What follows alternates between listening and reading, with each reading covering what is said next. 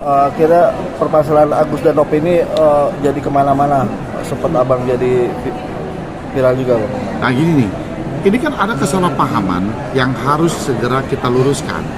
Saya nih pertama kali ketemu dengan tim, ada beberapa teman tim, sebelum 10 hari kemarin saya dari Hong Kong dengan Cina.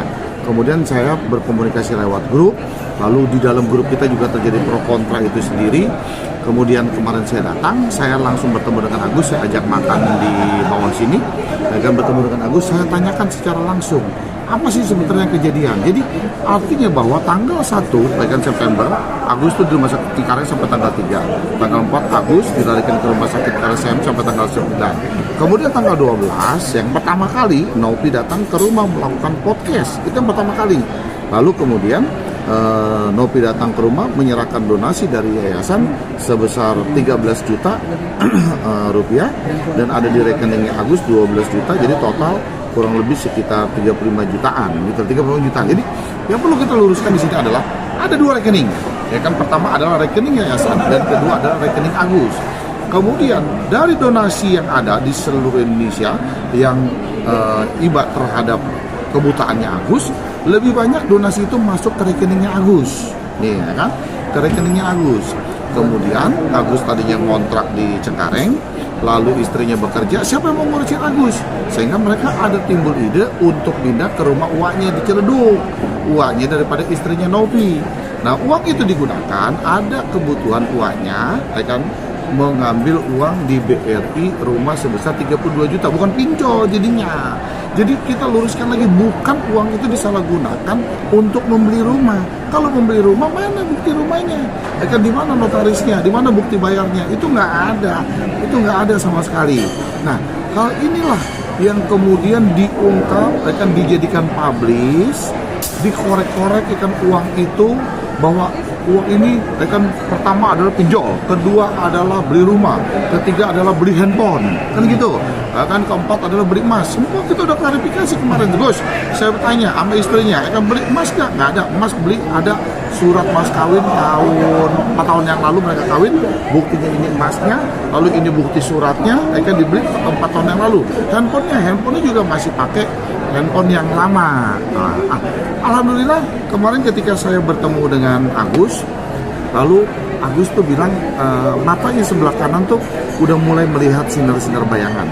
Wah, saya bilang nih mukjizat banget, karena kami dengar dari keputusan dokter dengan di rumah sakit bahwa Agus itu hanya 10% bisa dapat melihat kembali dengan sama-sama bayangan. Nah kemarin kita lihat nih, contohnya misalkan ada handphone begini, ya karena handphone warna ini, dia udah mulai terlihat, tapi kalau warna hitam, biru, navy, dia mulai tidak terlihat. Nah, terkait laporan polisi, ya kan, terkait laporan polisi banyak pihak yang menginginkan Agus mencabut laporan polisi. Saya luruskan di sini, ya kan, jangan, ya kan, bahwa di sini dikatakan bahwa Agus lupa kacang dengan kulitnya. Tidak, karena uang itu yang perlu diperhatikan, uang ini saat ini sejumlah 1,3 M sesuai dengan pengakuan Agus kemarin dengan saya bersama-sama preskon, bahwa Agus katakan telah dikirim balik ke rekening yayasannya Nopi. Jadi sampai saat ini 1.000 perak pun Agus nggak pegang uang, gitu loh. Agus nggak pegang uang. Nah, saya mau melihat di sini adalah kita kesampingkan dulu lah, ya kan, masalah argumentasi hukum, masalah laporan polisi, masalah laporan apa dan sebagainya. Kalau Agus ini pengobatannya terus berjalan, terus makin hari berjalan, makin hari berjalan, makin hari berjalan. Uang tuh ada di tangan mereka. Mereka lah undang kita, undang Agus. Mau seperti apa, ya kan, kita gunakan ini uang. Pengobatan ini berjalan. Lalu saya dengar lagi dari teman-teman media bilang, Bang, uangnya ada kok. Uangnya memang harus wajib ada.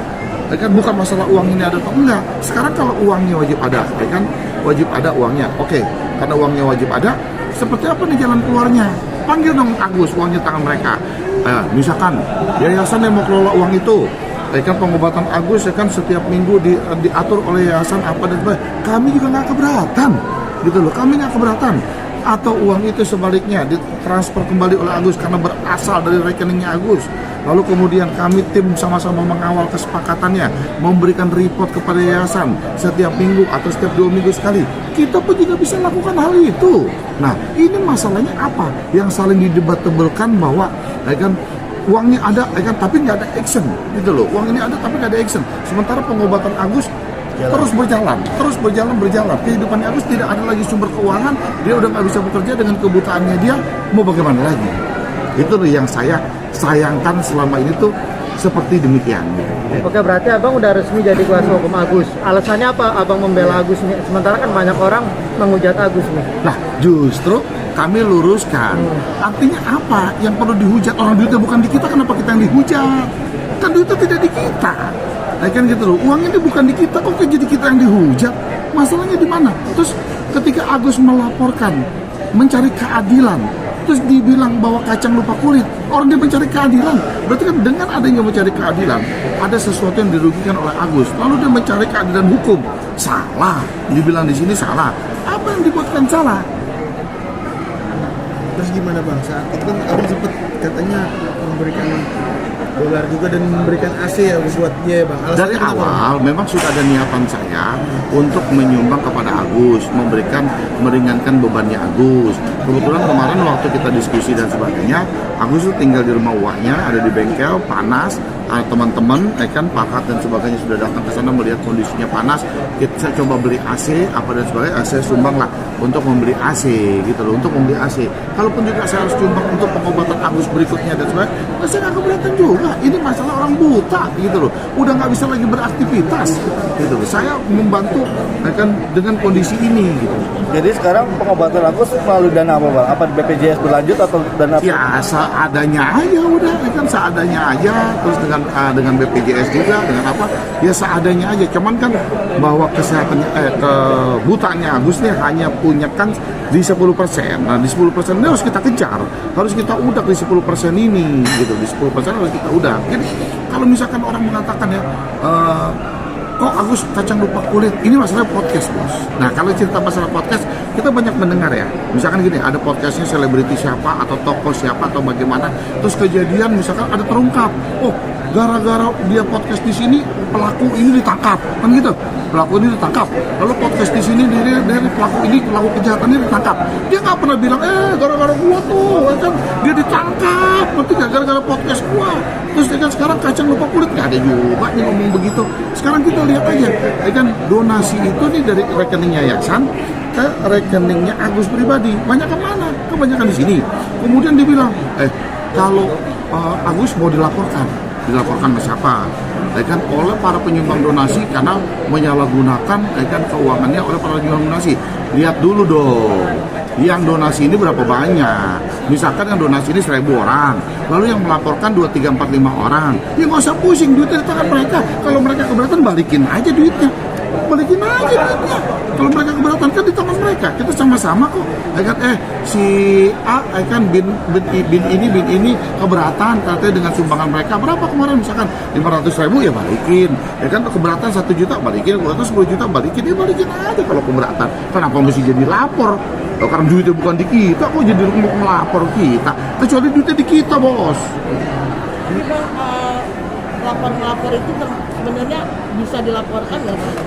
Bisa kena hukumannya pidana gitu nggak sih? Kita tidak bisa menerka bahwa ini bisa pidana atau tidak pidana. Menurut teman-teman tim bahwa adanya dugaan seperti ini, lalu masuk dalam pasal ini dan sebagainya, kita melaporkan. Nah kemudian nanti pihak penyidik yang mendalami sebagaimana yang diatur. Tadi Agus telah datang ke Polda sebagaimana undangan klarifikasi yang diberikan kepada pihak Agus sehubungan dengan laporan. Dan dia memberikan memberikan klarifikasinya terhadap laporannya itu sendiri. Bagaimana kronologisnya? Apa yang diderita Agus terhadap kerugiannya atau bagaimana dan sebagainya. Itu diuraikan di dalam undangan klarifikasinya Agus. Gambarannya tuh matanya itu kan gelap sekali. Nah sekarang udah mulai ada sinar yang dilihat bayangan-bayangannya tuh kemarin sebelah mana ya? Sebelah kanan tuh udah mulai lihat bayangan-bayangannya tuh udah mulai terlihat. Artinya kemungkinan untuk sembuhnya ada ya bang? Kan dari dokter pun juga kan sembuhnya Agus itu 10%. Kan cukup kecil sekali. Nah Kalau pengobatannya ditangani dengan baik, ya kan dibiayai dengan pembiayaan uang donasi kemarin, pasti tentunya akan mendapatkan pelayanan kesehatan yang juga terjamin, yang baik, yang apa, ya kejar aja, ya kan dengan 10% kan masih ada harapan, ya kan masih ada sebuah harapan. Ini yang perlu kita kejar. Tapi kalau hanya konflik aja di sini dan sebagainya, menanggapi ini, ya kan nggak ada titik temunya. Ini kita bicara kemanusiaan dulu deh. Saya nggak mau bicara terkait masalah hukum, hukum ini dan sebagainya. Nanti saling berargumentasi nggak ada titik temunya. Ya kan mereka saling punya argumentasi. Yang pasti sekarang ya kan perlu digarisbawahi, Agus telah mentransfer uangnya ke sana. Nah, yang menjadi keberatan pihak Agus kan udah minta maaf. Lalu kemudian uangnya udah ditransfer. Kenapa masih diviral-viralin? Ini kemana motifnya? Itu apa motifnya? Motifnya tuh apa? Ini masih diviralin. Nah, itulah keberatannya Agus tuh kemarin. Saya tanya, Gus, keberatannya di mana? Ya kan uangnya Pak Krisna udah saya transfer balik. Saya pun juga udah minta maaf. Cuman berapa sih yang dipakai hanya untuk Agus, daripada kontrak sebulan 1 juta lebih udah nggak bisa kerja, tinggal di rumah uangnya, ya kan? Ya ini ditebus cuma 32 juta, cuma itu doang.